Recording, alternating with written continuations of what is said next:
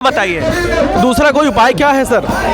लोकतंत्र में क्या है, लाठी तंत्र के आगे लोकतंत्र में हम लोग यही मांग ही तो करेंगे ना। सबसे पहले तो मैं आपको ये बताना चाहूंगा कि ये स्ट्राइक सिर्फ 3 दिन से नहीं चल रहा है। ये स्ट्राइक पिछले 18 दिनों से चल रहा है। 18 दिन सेम जगह। और 15 दिनों से ये स्ट्राइक जो है वो गर्दनी बाग जो धारणा स्थल है जिला प्रशासन के द्वारा घोषित, वहाँ चलाया जा रहा था। इस कड़ाके की ठंड में आप लोग कैसे मैनेज कर रहे हैं? खाना पीना ये सब कैसे आप लोग मैनेज कर रहे हैं? लेकिन देखिए ये आमरण अनशन है। इसी दरी पे वो एक पतला सा कंबल डाल के और पूरी रात बैठ के गुजारे हैं। तो आप समझ सकते हैं कि किस प्रकार का ये आमरण अनशन कितनी मजबूती के साथ इन छात्रों के साथ। ये 5 मांगे क्या है, थोड़ा डिटेल वाइज बताइए, क्या 5 मांगे हैं? पहला तो उस तरह से आज न कल अगर सरकार नहीं मानती है तो बिहार सरकार के खिलाफ, पूरा सिस्टम के खिलाफ हम लोग लड़ाई लड़ेंगे और पूरा बिहार एक साथ खड़ा होगा। आइए और कुछ लोगों से बात है। स्ट्राइक चल रहा है ना? 3 दिन से स्ट्राइक चल रहा है। मांग को लेकर आप लोग सरकार के सामने मांग रख रहे हैं, कुछ असर नहीं पड़ रहा है, क्या लगता है आप लोगों को? सबसे पहले तो मैं आपको ये बताना चाहूंगा कि ये स्ट्राइक सिर्फ 3 दिन से नहीं चल रहा है। ये स्ट्राइक पिछले 18 दिनों से चल रहा है। 18 दिन सेम जगह। और 15 दिनों से ये स्ट्राइक जो है वो गर्दनी बाग जो धारणा स्थल है जिला प्रशासन के द्वारा घोषित, वहाँ चलाया जा रहा था। पिछले 3 दिनों से प्रशांत किशोर जी के नेतृत्व में ये जो है आमरण अनशन यहाँ पे गांधी स्मृति के नीचे रखा गया है। और लगातार पिछले 3 दिनों से हम लोग पूरी दिन और पूरे रात यहाँ बैठे हुए हैं अपनी मांग को लेके। हमारी एक ही मांग है कि सरकार जो है बिहार प्रशासनिक सेवा आयोग का जो 70वीं प्रारंभिक परीक्षा था उस परीक्षा को कैंसिल करके सरकार पूरे प्रदेश में री एग्जाम की घोषणा करे। और इसी मांग को लेकर हम लोग लगातार यहाँ बैठे हुए हैं। इस कड़ाके की ठंड में आप लोग कैसे मैनेज कर रहे हैं? खाना पीना ये सब कैसे आप लोग मैनेज कर रहे हैं? लेकिन देखिए ये आमरण अनशन है।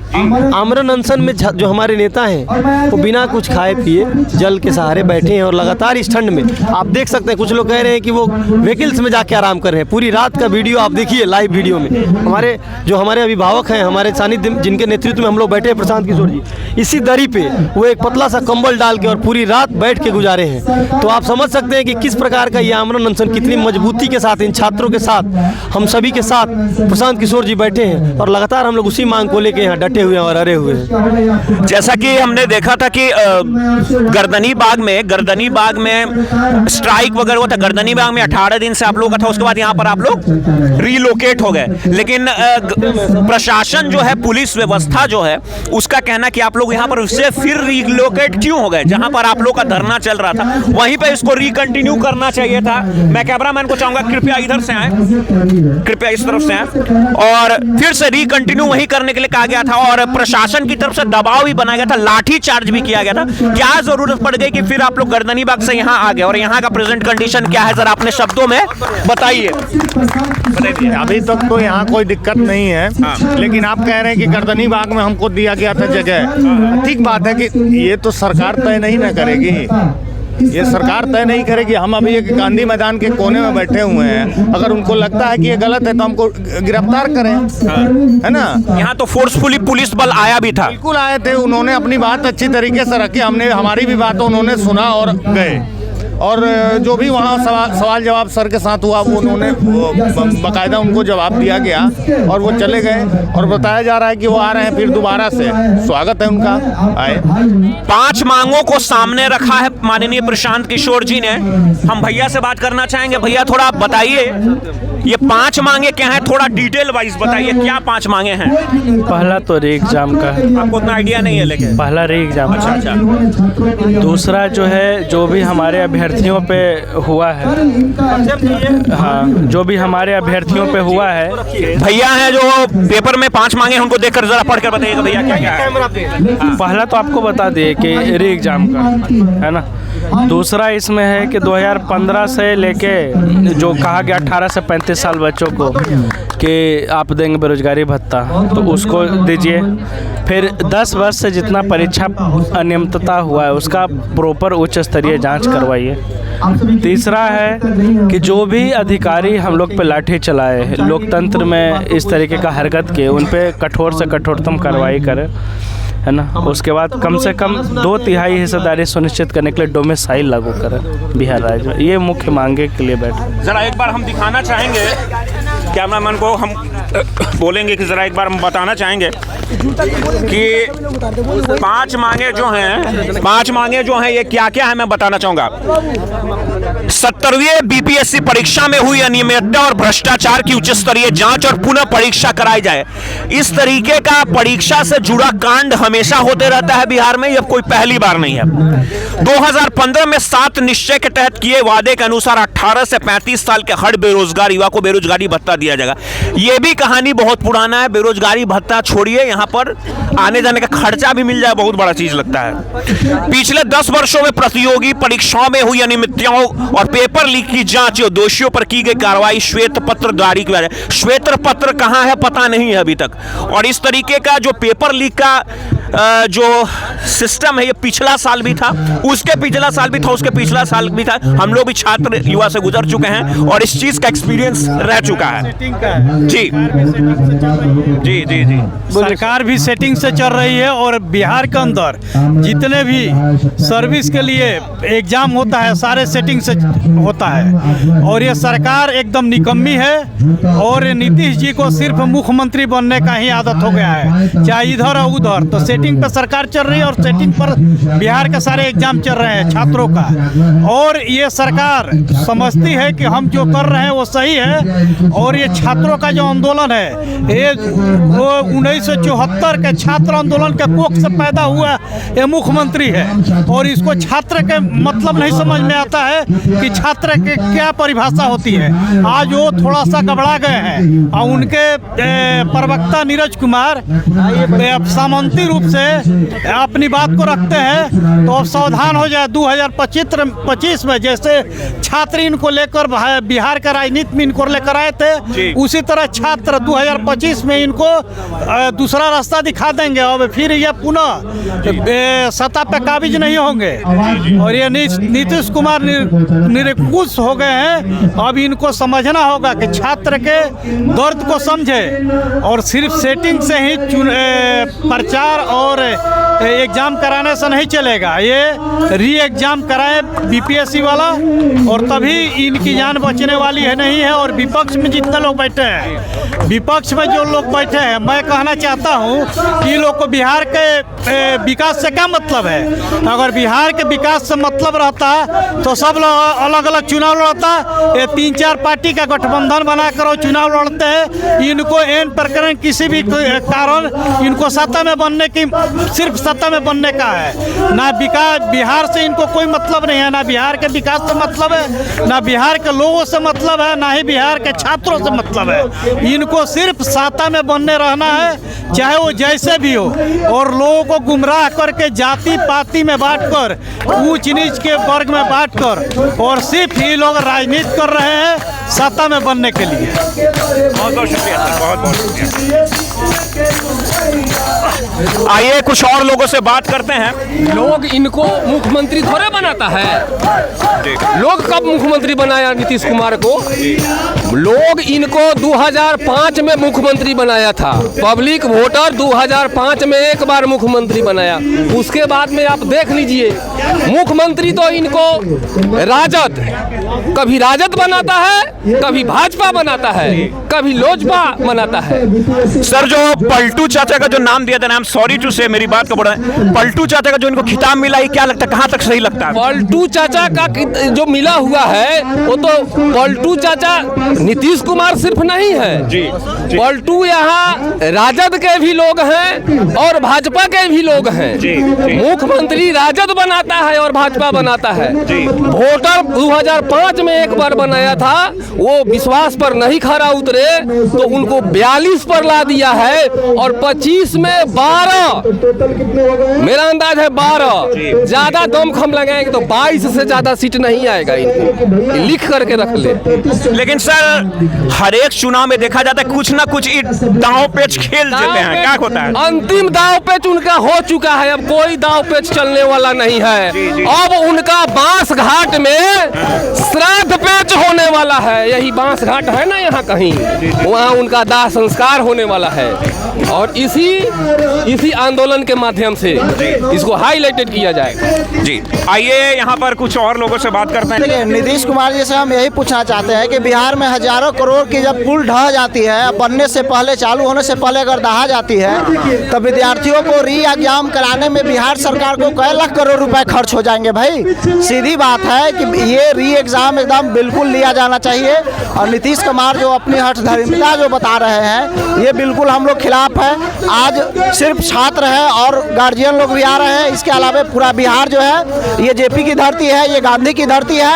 जिस प्रकार जेपी ने पूरे बिहार को एक कर दिया था, आज प्रशांत जी एक साथ होकर के जो जिस प्रकार से छात्रों का नेतृत्व कर रहे हैं, उस तरह से आज न कल अगर सरकार नहीं मानती है तो बिहार सरकार के खिलाफ, पूरा सिस्टम के खिलाफ हम लोग लड़ाई लड़ेंगे और पूरा बिहार एक साथ खड़ा होगा।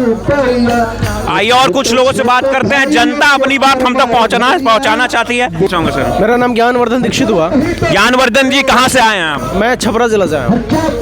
अच्छा, भोजपुरी आवे लगी ना? जी बिल्कुल, भोजपुरी में बतियाएं। जी बिल्कुल। तो हम ये जानना चाहते हैं सर कि जो 5 मांगों को लेकर आप छात्रगण यहाँ बैठे, वो 5 मांगे क्या है, तनी विस्तृत तौर से बताइए हमरा।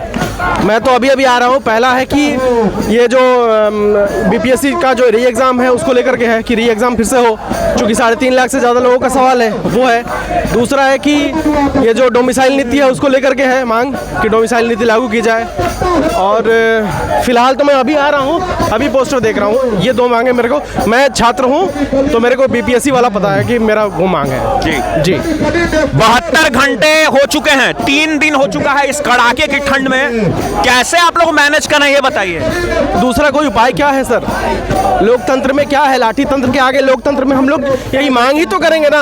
हम तो छात्र हैं, हम तो अपनी मांग रखेंगे, पुरजोर तरीके से रखेंगे और शांतिपूर्ण रखेंगे।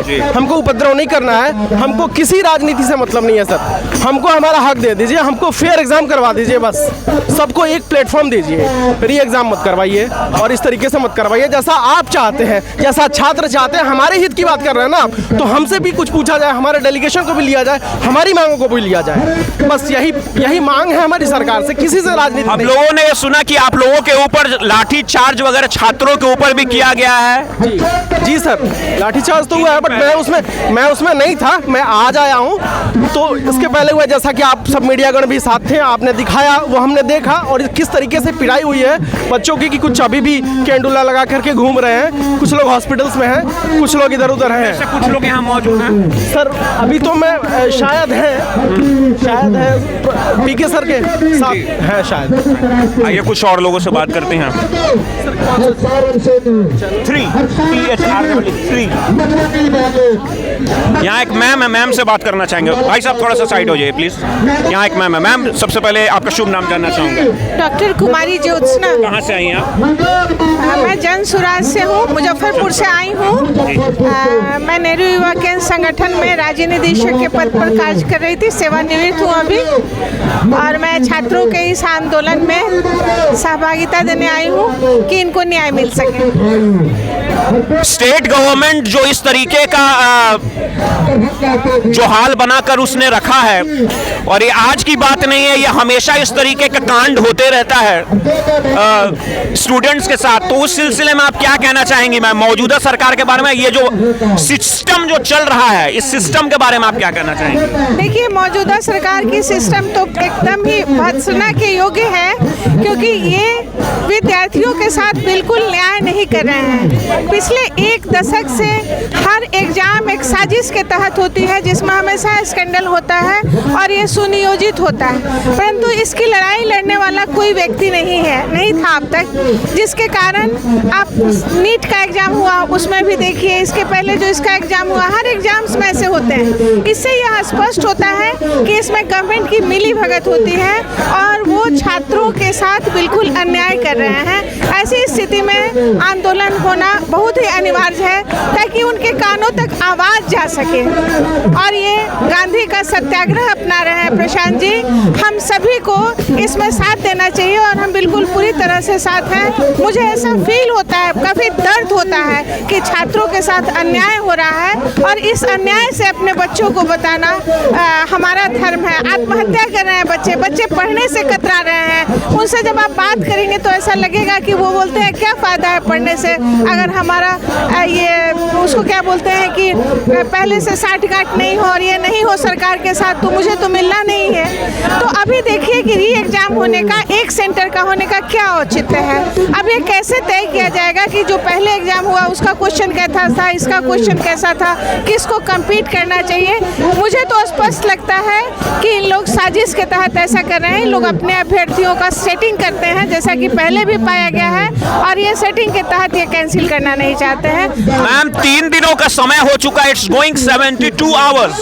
सो what you want to say that यहाँ पे जितने भी स्टूडेंट्स हैं, not single, there are numbers of huge numbers of people यहाँ पर 3 दिन से खड़े हैं, और जिस तरीके की ठंड है आप देख सकते हैं। कैसे आप लोग इस सिचुएशन को मेंटेन कर रहे हैं? इस कड़ाके की ठंड में 3 दिन हो चुका है और सरकार की तरफ से कोई फैसला नहीं लिया जा रहा है, क्या कहना चाहिए? देखिए, हम लोग अपने आत्मबल से इसको मेंटेन कर रहे हैं, नहीं तो ये बहुत ही भीषण समय है। रात के ऊपर में हमारे छत नहीं होता है, हमारी महिलाएं, हम सभी इसमें इस कंबल में, इसलिए कि हमको न्याय चाहिए। और सत्य के पास हमेशा जो है एक ताकत होती है, सत्य के पास एक सूर्य होता है जो अदृश्य है, उसके सहारे हम सभी आंदोलन कर रहे हैं। प्रशांत जी जैसे व्यक्ति लगातार अनशन पर हैं। आप सोचिए कि आप मीडिया के लोग उनको 1 मिनट चुप नहीं रहने दे रहे हैं। एक दिन हम फास्टिंग करते हैं तो हमको फल चाहिए होता है, हमको भोजन चाहिए होता है। आज के युग में जहाँ की खाद पानी का भोजन है, जहाँ की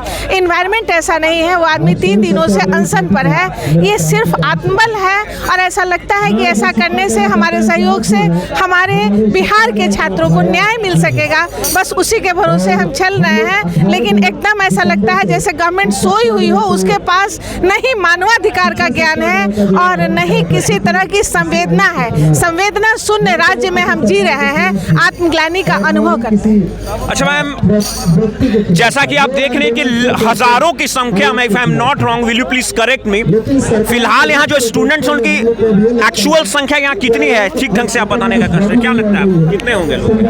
मुझे तो हजारों से ज्यादा, it will more than 2000 people, 2000 से ऊपर, हजारों से ऊपर मुझे इतने लोगों 3 दिनों से स्ट्राइक पे है। इनके खाने पीने हर चीज की व्यवस्था कैसे हो रही, कैसे आप लोग मैनेज कर रहे हैं इस चीज को? देखिए, हमारे जन सुराज से जितना कुछ हो पा रहा है मैनेज कर रहे हैं, अपने भी लोग खा पी रहे हैं। एक तरह का हमारा जन समर्थन है, और इससे हम आपसी प्रेम सद्भावना से सब कुछ जुटा पा रहे हैं। लेकिन अंदर में ये है कि गवर्नमेंट हमारी बात सुने। इस निकम्मी गवर्नमेंट में हम किस तरह से जी रहे हैं, आप स्वयं इसके गवाह हैं कि हम लोग किस तरह से तितर बितर होकर संयोजन करके और एक शक्ति का, सामूहिक शक्ति का एहसास करते हुए सब चीज़ों का संयोजन कर रहे हैं। जन सुराज पार्टी हमारा सहयोग कर रही है, और तभी हम इस छात्र आंदोलन, छात्र भी पूरी तरह से इसमें लगे हुए हैं, और उनके अंदर भी एक जलवा है कि हमको एक सपोर्ट मिला है, हम इस आंदोलन को विन कर पाएंगे। और बहुत बहुत शुक्रिया। 18 डेज, 18 दिन से भी ज्यादा ये धरना प्रदर्शन हो चुका है। फिलहाल जो प्रेजेंट लोकेशन है वो गांधी मूर्ति, गांधी मैदान है, लेकिन इससे पहले गर्दनी बाग में जो एक पर्टिकुलर प्लेस होता है जहाँ स्ट्राइक जनरली होती है, वहां पर ये कर रहे थे। लेकिन माननीय प्रशांत किशोर जी के कहने के बाद ये छात्र पिछले 3 दिन से यहाँ पर जुड़े